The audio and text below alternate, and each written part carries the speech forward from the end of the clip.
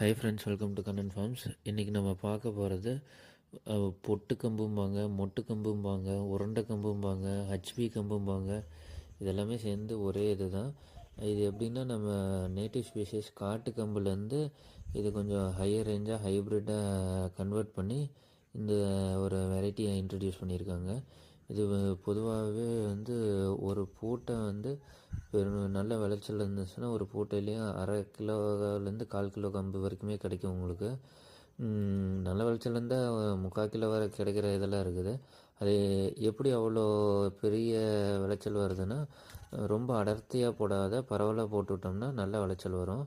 இந்த கம்பு பெரும்பாலும் கோழிக்கு நல்ல சத்து. நம்ம இந்த கட்டு சேவலுக்கெல்லாம் இந்த மாதிரி கம்பில் தூசி இல்லாத நல்ல குவாலிட்டியில் வாங்கி போடுறவங்க நிறைய பேர் இருக்காங்க.